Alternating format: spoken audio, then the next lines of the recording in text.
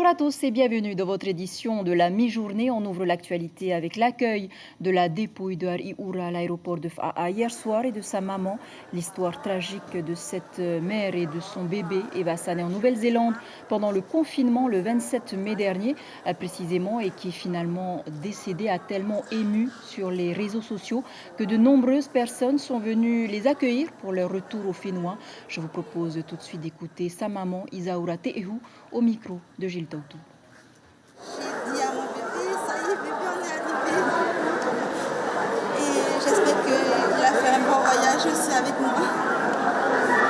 Est-ce que tu te sens soulagée là? Oui. Merci tout le monde. Tu as eu beaucoup de messages de soutien de la part des Polynésiens? Oui, énormément. Je ne peux pas répondre à certains, donc désolée. Ils t'écoutent, ils te regardent, qu'est-ce que tu souhaites leur dire? Merci, parce que c'est grâce à vous, à la Polynésie, que je suis revenue, je sais. Merci. Voilà, bon courage à cette maman et un bon retour à la maison. Et en ce 18 juin, Édouard Fritsch et Dominique Saurin ont commémoré ce matin les 80 ans de l'appel du général de Gaulle, avenue Pauvan à Oopa, avec une cérémonie qui s'est tenue au monument aux morts. Le représentant de l'État et le président étaient accompagnés de plusieurs personnalités, dont Gaston Tong-Sang, président de l'Assemblée de la Polynésie française, de Nicole Sanker, Moetai Broderson ou encore Nui Haulore, notre sénateur. Et c'est cette date également qu'a choisi l'association Trétière Culture pour sa manifestation du 18 juin, comprenez J-O-I-N-T. Vous le savez, l'association milite depuis plusieurs années maintenant pour la légalisation du cannabis à but thérapeutique, en dépit du refus du maire de Papeete, Michel Buyat, le président de l'association Nari Hatete. Ces militants sont quand même venus marquer leur présence pacifiquement devant l'Assemblée de la Polynésie. Le détail donc dans vos éditions de ce soir. Et pendant ce temps, les élus de l'Assemblée sont en pleine session administrative avec à l'ordre du jour un bilan financier de 2019 et les perspectives pour 2020, des prévisions complètement bouleversées par le Covid-19. Thierry Stamfleur.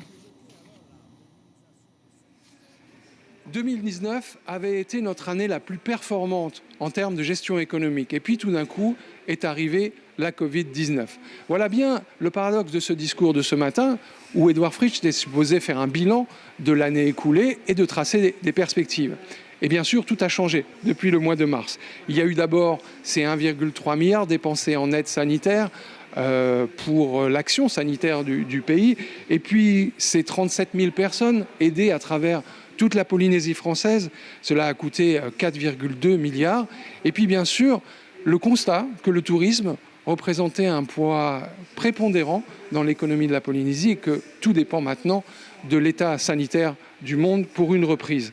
Alors cette reprise est envisagée sous la forme d'un emprunt de 56 milliards en deux parties. Une première partie a d'ores et déjà été actée par le gouvernement français et le Parlement. Et puis, Édouard Fritsch compte se rendre bientôt en France pour essayer de défendre la possibilité d'avoir la garantie de l'État pour la deuxième partie de cet emprunt, pour un total donc de 56 milliards.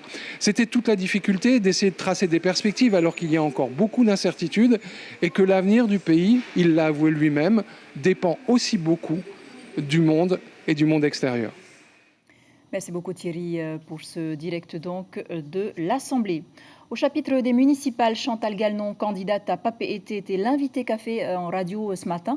Cette fois, elle mise assurément sur la sécurité de la ville de Papeete et compte renforcer les effectifs policiers. Elle répond à Ibrahim Ahmed Aziz. Pour le domaine de la sécurité, ce que nous voulons faire, c'est doubler le nombre de brigadiers municipaux. Cela va déjà nous aider, rassurer aussi les commerçants, puisque nous travaillons main dans la main avec les commerçants. Et ce que nous voulons faire aussi, c'est que les habitants de Papeete aussi soient partie prenante de la sécurité de la ville. Donc, il y aura un problème d'éducation à mettre en place dans les quartiers. Et je vous disais tantôt que les conseils de quartier nous aideront à rassurer, à sécuriser notre ville aussi. Je rappelle qu'au premier tour, sur 33,06% de taux de participation à Papeete, Chantal Gallnon avait obtenu 18,57% des suffrages derrière Michel Buyat et Tohiti Nena. Pour terminer, on s'arrête à Bora Bora où l'artisanat reprend son souffle, toujours avec beaucoup de difficultés. Il suffit de voir les mamas du centre artisanal de Vaitapé. Elles décorent leur stand, retrouvent leurs petites habitudes. Et ce ne sont pas les bijoux ou les produits qui manquent pour se faire plaisir.